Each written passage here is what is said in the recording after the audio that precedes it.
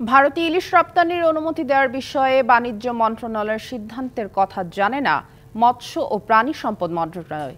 একই সঙ্গে ইলিশ রপ্তানিতে এই মন্ত্রণালয়ের সায় নেই বলেও সাফ জানিয়ে দিলেন উপদেষ্টা ফরিদা আখতার।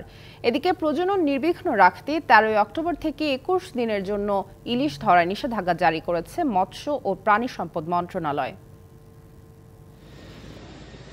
ছাত্র জনতার অভ্যুত্থানের মুখে 5ই আগস্ট দেশ ছেড়ে পালিয়ে যান শেখ হাসিনা। আশ্রয় নেন ভারতে। গঠিত হয় অন্তর্বর্তী সরকার।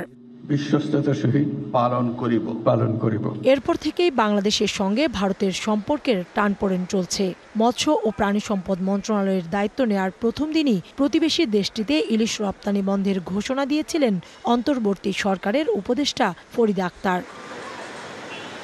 কিন্তু 1.5 মাসের মাথায় সেই অবস্থান থেকে সরে এসেছেন ডক্টর মোহাম্মদ ইউনূসের অন্তর্বর্তী সরকার। শনিবার আসন্ন দুর্গাপূজা উপলক্ষে ভারতে ইলিশ মাছ রপ্তানির অনুমোদন দিয়েছে বাণিজ্য মন্ত্রণালয়। তবে বাণিজ্য মন্ত্রণালয়ের এমন সিদ্ধান্তের সাথে একমত না বলে জানিয়েছেন মৎস্য ও প্রাণী সম্পদ মন্ত্রণালয়ের উপদেষ্টা। ভারতের যারা মৎস্য ব্যবসায়ী এবং বাংলাদেশের মৎস্য ব্যবসায়ী তারা একটা অনুরোধের প্রেক্ষিতে এটা বাণিজ্য মন্ত্রণালয় দিয়েছে। এর সাথে মৎস্য ও প্রাণী সম্পদ মন্ত্রণালয়ের কোনো সম্পর্ক নেই।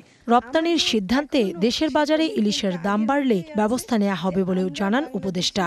এখনো মাছটা যায়নি, এখন মাত্র অনুমোদন হয়েছে, এটা এখনো কাগজে আছে, এটা এখনো যায়নি। যদি এর প্রভাবে দাম বাড়ে প্রতিনিয়তই আসলে মনিটর করছে, এমনকি মজুদ হয় কিনা, আহরণ কেমন হচ্ছে, এগুলো আমরা দেখছি। এছাড়া 21 দিনের জন্য ইলিশ ধরায় নিষেধাজ্ঞা জারি করার কথা জানিয়ে উপদেষ্টা বলেন, ওই সময়ে জেলেদের দেওয়া সুযোগ সুবিধা বাড়ানো হবে। যেহেতু তারা মাছ ধরতে পারবেন না, তাদেরকে একটা সহায়তা দেওয়া হয়, সেটা তারা দাবি করেছেন যে আরেকটু বাড়াতে। আমরা এখন 25 কেজি চাল দেওয়া হয়, কিন্তু সেটাকে আমরা যদি সম্ভব হয় আমরা আলোচনা করে অবশ্যই বাড়াবো। দুর্গাপূজা উপলক্ষে পশ্চিমবঙ্গের মাছ আমদানিকারকদের আবেদনে সাড়া দিয়ে ভারতে 3000 টন ইলিশ রপ্তানি করা হবে। ফলে আসলে কত যাবে সেটা আমরা এখনো জানি না। কাউসারা চৌধুরী কুমু, ডিবিসি নিউজ, ঢাকা।